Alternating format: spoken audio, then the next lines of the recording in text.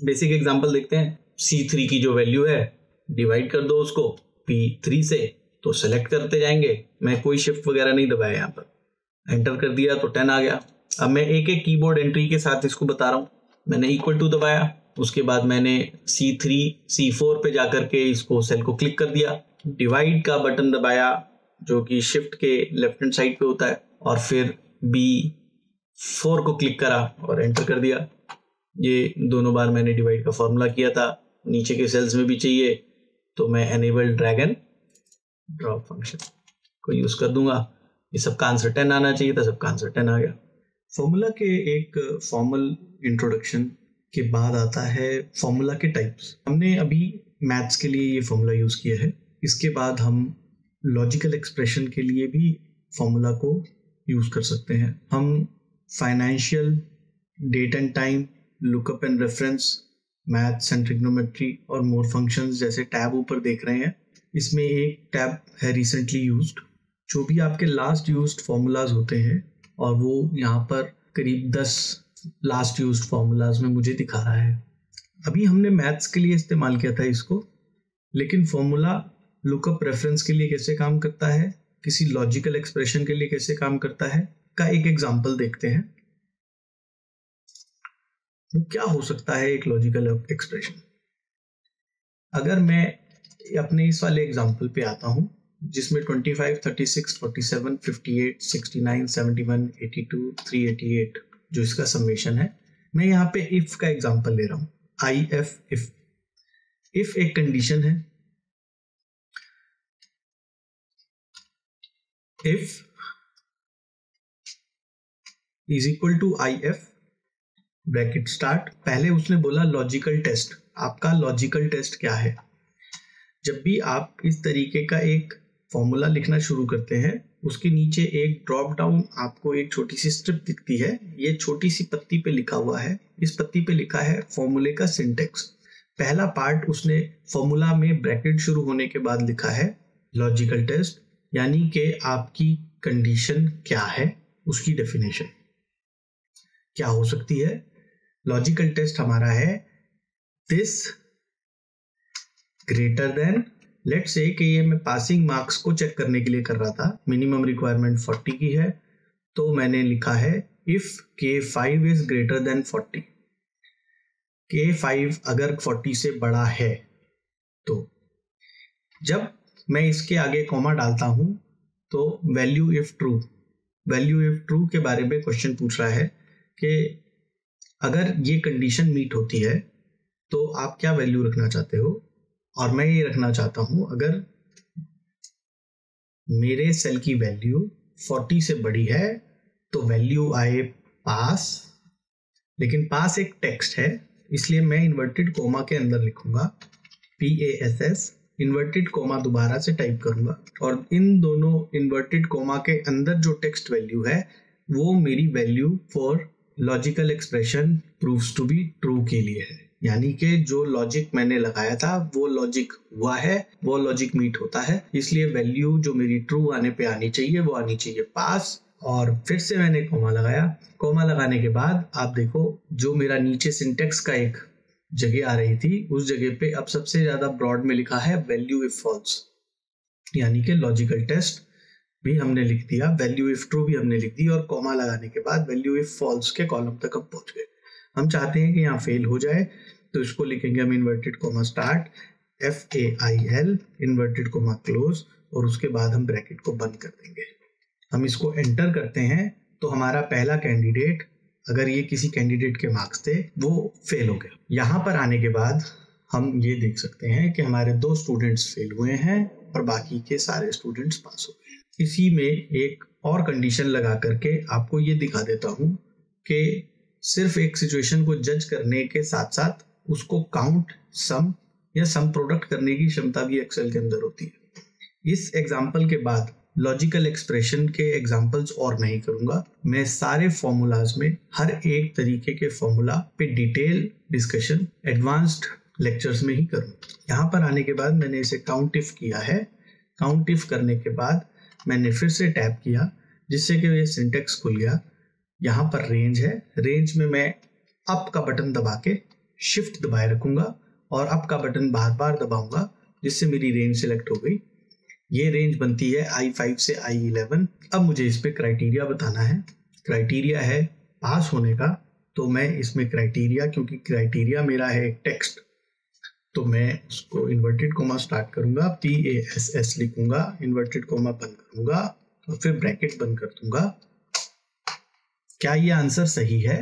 1 2 3 4 5 लोग पास हुए हैं और ये आंसर बिल्कुल ठीक कैलकुलेट हुआ है। हमारा फॉर्मूला बिल्कुल ठीक था। मैंने आपको एक लॉजिकल एक्सप्रेशन से एक वैल्यू डिटरमिन करके एक रिजल्ट प्रेजेंट करने के लिए एक फॉर्मूला दिखाया है जिसको कहते हैं इफ, और एक फॉर्मूला मैंने आपको दिखाया जिसमें लॉजिकल एक्सप्रेशन यूज करके रिजल्ट को काउंट किया। अब मुझे एक बहुत लंबी सी रो के अंदर या बहुत बड़े कॉलम के अंदर बहुत सारे रिजल्ट्स में से पासिंग लोगों को ढूंढने के लिए गिनने की जरूरत नहीं पड़ी। अब यूज करने जा रहे हैं लुकअप एंड रेफरेंस। क्या होता है लुकअप एंड रेफरेंस? एक टेबल एरे के अंदर एक पर्टिकुलर क्राइटेरिया को मीट करने पर उसकी कॉरस्पॉन्डिंग पड़ी हुई वैल्यू मुझे बता दो। यहाँ पर अगर मैंने AK लिखा और ये नेम है और यहाँ पर मार्क्स हैं और यहाँ स्टेटस है,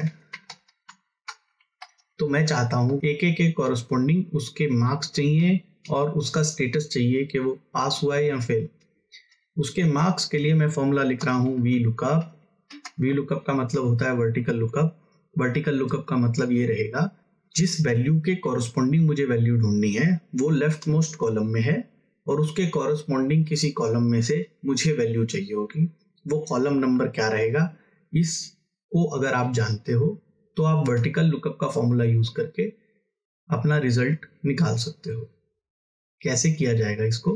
VLOOKUP का सिंटेक्स।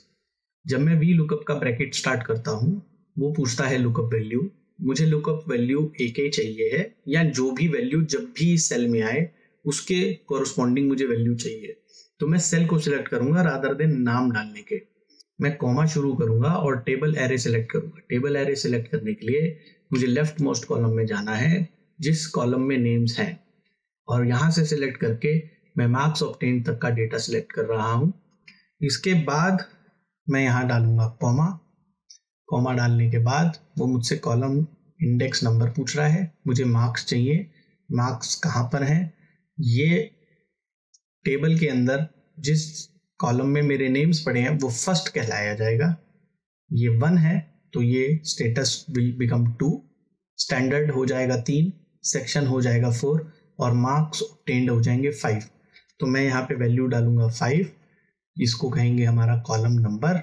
उसके बाद मैं डालूंगा कॉमा। कॉमा डालने के बाद मैं इसे एग्जैक्ट मैच लिखूंगा और इसे बंद कर दूंगा। और जब मैं इसे एंटर करूंगा तो AK के मार्क्स यहाँ पर मेरे पास आ गए। अब मुझे इसका स्टेटस चाहिए है तो मैं वर्टिकल लुकअप का फॉर्मूला दोबारा यूज करूंगा, is equal to VLOOKUP। Lookup में वैल्यू मेरी AK ही रहेगी। मैं कॉमा लगाऊंगा, टेबल एरे मेरा सेम रहेगा, मैं कॉमा लगाऊंगा। इस बार मुझको स्टेटस चाहिए। स्टेटस फर्स्ट कॉलम नेम से शुरू करते हुए सेकंड कॉलम में है, तो हमारा कॉलम नंबर हो जाएगा 2 और हमारी रेंज लुकअप हो जाएगी फॉल्स। जब मैं इसे एंटर करूंगा तो स्टेटस आ गया फेल। मैं इस टेबल एरे के फॉर्मूला को नीचे अगर ड्रैग करना चाहता हूं, इसने काम करना बंद कर दिया। इसका रीजन ये हुआ, हमारी जो सेल रेंज थी जहां उसने पहली बार देखा था वो सारी सेल रेंजेस चेंज होने लग गई और AK की वैल्यू उसको दोबारा नहीं मिली। एक छोटी सी ट्रिक ये है, अगर आप इस फॉर्मूला को डायनामिक बनाना चाहते हो, यानी कि अगर R5 से ये फॉर्मूला कॉपी करके R कॉलम में आगे रोज पर शिफ्ट किया जाए और फॉर्मूला का टेबल एरे चेंज ना हो, उसके लिए एक करी जाने वाली एक ट्रिक है। हम मार्क्स पे जाएंगे और यहाँ से अपने फॉर्मूले को देखेंगे। फॉर्मूले में हमारी जो रेंज थी, जो टेबल है जिसके अंदर से हमने वैल्यू को ढूंढा है, कहा जाएगा I5 से M11। ये हमारा टेबल एरे है। अगर मैं इसमें F4 दबा दूंगा तो एक्सेल ने मेरे रोज और कॉलम नंबर्स के आगे लगा दिया डॉलर का निशान। डॉलर का निशान लगाने की वजह से अब मैं इस फॉर्मूला को जब भी ऊपर से लेके नीचे तक कॉपी करूंगा तो मेरा फॉर्मूला चेंज नहीं होगा और इस तरीके से उनके रिजल्ट्स आने शुरू हो गए। बेसिकली ये एक सिर्फ फॉर्मूला का इंट्रोडक्शन है कि कैसे शीट के एक सेल से वैल्यू को दूसरी जगह पे यूज किया जा सकता है। इसलिए हम अब इसको यहीं पर बंद कर देंगे और फॉर्मूला के से रिलेटेड टैब्स में बाकी के ऑप्शंस को एक्सप्लोर करेंगे। मैंने आपको मैथ्स के फॉर्मूले, लुकअप और रेफरेंस से फॉर्मूले और लॉजिकल एक्सप्रेशन यूज करते हुए किसी एक लॉजिकल रिजल्ट पे पहुंचने के बारे में एक छोटा इंट्रोडक्शन दिया। यहाँ पे मैं एक और फॉर्मूले से आपको इंट्रोड्यूस कराता हूँ, रैंड बिटवीन। ये मेरा पेट फॉर्मूला है जब भी मुझे रैंडम डेटा तैयार करना होता है। RANDBETWEEN, और इसका मतलब रहता है कि एक वैल्यू मैं दूंगा और उसके साथ एक दूसरी वैल्यू दूंगा, एक छोटी वैल्यू एक बड़ी वैल्यू, और इन दोनों वैल्यू के बीच में कोई भी डेटा नंबर, आप एक्सेल की अपनी चॉइस है, वो रैंडम डेटा जनरेट कर दे। मैं 25 से लेके कॉमा और 78 तक का डाल रहा हूँ और इसको मैं डाल करके कंट्रोल एंटर करूँ।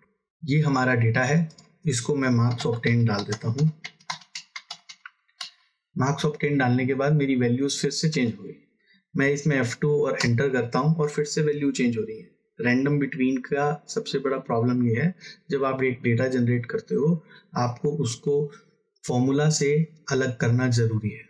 कैसे कर सकते हैं फॉर्मूला से अलग? जब भी मैं इन कॉलम्स में जा रहा हूँ वो दिखाएगा मुझे कि ये एक फॉर्मूला से डिटरमाइन हो रहा है, रैंड बिटवीन 25 एंड 75। रीजन इसका यही है कि अभी तक ये फॉर्मूले से अटैच्ड है, फॉर्मूले से अलग नहीं हुए, और फॉर्मूले से अलग नहीं होने की वजह से जब भी किसी सेल में एक्टिविटी हो रही है ये वैल्यूज भी चेंज हो जा रही है।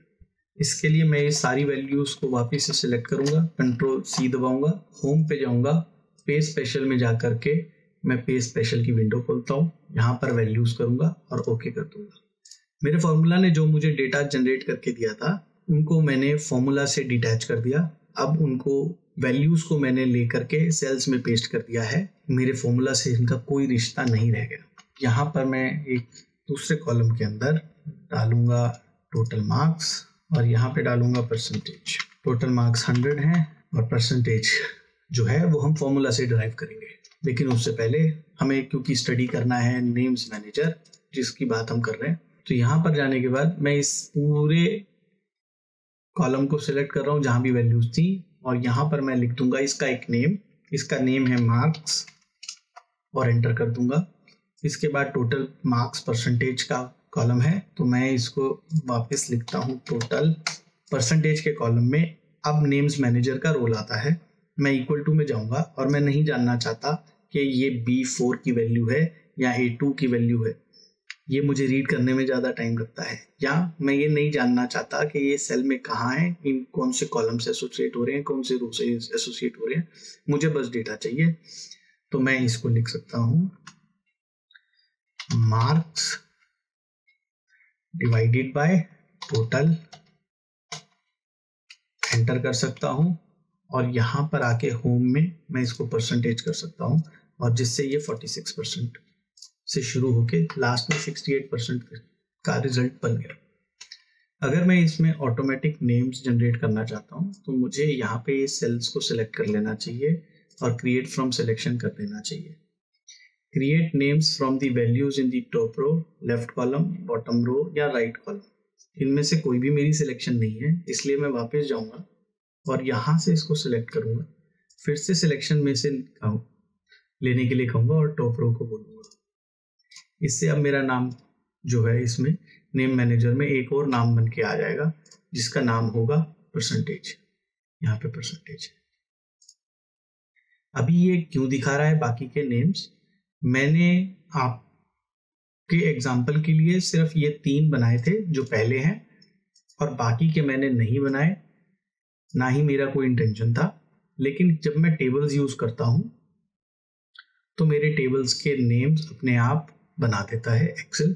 जैसे मैंने आपको पहले कहा था, एक्सेल में जब आप टेबल्स में कोई डेटा डालते हो तो आपके नेम्स अपने आप स्टोर होते रहते हैं। इसके बाद आती है हमारी फॉर्मूला ऑडिटिंग। बहुत एग्जाम्पलरी हो सकती है अगर आप किसी और की बनाई हुई शीट्स पर काम करें। क्या होती है ये, एक ब्रीफ इंट्रोडक्शन इसका भी देख लेते हैं। अगर मैं परसेंटेज वाले सेल पे जाऊं तो ये परसेंटेज एक वैल्यू मैंने डाली नहीं थी, डिराइव की है। मैंने ये डेटा इनपुट नहीं किया था, ये डेटा फॉर्मुलेट होके आया है। 46 जो था ये डेटा मैंने इनपुट किया था, टोटल मार्क्स का डेटा मैंने इनपुट किया है, लेकिन परसेंटेज का डेटा जो है वो फॉर्मुलेशन है, यानी कि वो एक रिजल्ट है एक ऑपरेशन का जो एक्सेल ने खुद परफॉर्म किया डिपेंडिंग अपॉन दी वैल्यूज जो B4 में थी और C4 में थी। अगर मैं आकर के यहाँ पर देखूंगा 46 के ऊपर क्लिक करके प्रीसीडेंट्स दबाऊंगा तो वो कहेगा the trace precedents command require that this active cell contains a formula which include valid references. हमारे पास 46 जो है वो डेटा इनपुट किया गया था, डिराइव नहीं किया गया है, इसलिए उसको किसी प्रीसीडेंट से एक्सेल चेक नहीं कर। यहाँ पर जब मैं C4 पे आके इसको चेक करूंगा तो सेम रिजल्ट देगा क्योंकि 100 का डेटा भी इनपुट है। और जब 46 पे आकर के प्रीसीडेंट्स दबाऊंगा तो मुझे देगा B4 और C4 के ऊपर लगा के ब्लू डॉट्स। B4 पे एक डॉट है, C4 पे एक डॉट है और D4 पे डेटा है एरो, यानी कि B4 और C4 दोनों ही सेल्स जरूरी हैं D4 के डेटा को मेंटेन रखने के लिए। मैं यहां पर जा रहा हूं और रिमूव एरोस कर रहा हूं ताकि मैं अपना अगला एग्जांपल दिखा सकूं। अगर मेरे परसेंटेज के कॉलम किसी चीज पे डिपेंडेंट है तो वो चीज क्या है? अगर मुझे ऐसे देखना है तो मैं परसेंटेजेस के सेल पे जाके प्रीसीडेंट्स चेक कर रहा था। मुझे जानने की जरूरत है कि इस 100 पे कोई फॉर्मूला तो है नहीं, तो क्या इस 100 को मैं डिलीट कर सकता हूँ या नहीं। तो मुझे जानना होगा कि इस 100 पे कोई डिपेंड तो नहीं है, क्योंकि अगर इस पर कोई डिपेंड है तो उस सेल की वैल्यूज पे असर पड़ेगा इस कॉलम को डिलीट या चेंज करने से। तो मैं यहाँ पे जाऊंगा, जाने के बाद इसके डिपेंडेंट्स देखूंगा। पहले ही सेल का डिपेंडेंट उसने बता दिया मुझे। जब 46 पे जाके डिपेंडेंट देखूंगा तो वापस उसने मुझे D4 की तरफ इशारा कर दिया। इसके बाद मैं रिमूव एरोस करता हूँ और अगला टैब है शो फॉर्मूलाज का, और तब जाके D4 में ये देखने की कोशिश करूँ कि फॉर्मूला क्या लगा है इस पर। तो फॉर्मूलाज में जा सकता हूँ और शो फॉर्मूला करूंगा तो उसने मुझे फॉर्मूला दिखा दिया। मैं इसको वापस क्लिक कर सकता हूँ और ये बंद हो जाएंगे। बेसिकली इसकी पर्पस तभी है अगर आपने खुद ये शीट डिजाइन की थी और आप भूल जाएं किसी कारणवश कि ये फॉर्मूलाज आपने कैसे लगाए थे, तो आप इसको यहाँ पे यूज कर सकते हो, या किसी और की फाइल पर जब आप काम कर रहे हो और अब वो अवेलेबल नहीं है आपको बताने के लिए कि ये कैसे हो रहा है, तो आप इसको यूज कर सकते हो। इसके बाद आता है हमारा एरर चेकिंग। एरर चेकिंग में पहली चीज मैं यहाँ पर आने के बाद एक एरर क्रिएट करता हूँ = SU ब्रैकेट स्टार्ट, और यहां से सम सेलेक्ट करता हूं। मैं SUM लेना चाहिए था मुझे, लेकिन मैं SU करके कर रहा हूं ताकि मुझे एक नेम एरर मिल जाए, और ये एक नेम एरर मिल गया। नेम एरर का मतलब रहेगा जो भी फॉर्मूला मैंने लिखा या जो सेल रेफरेंस मैंने ली, उन दोनों के नामों में से किसी एक नाम में गड़बड़ हो सकती है या दोनों नामों में गड़बड़ हो सकती है।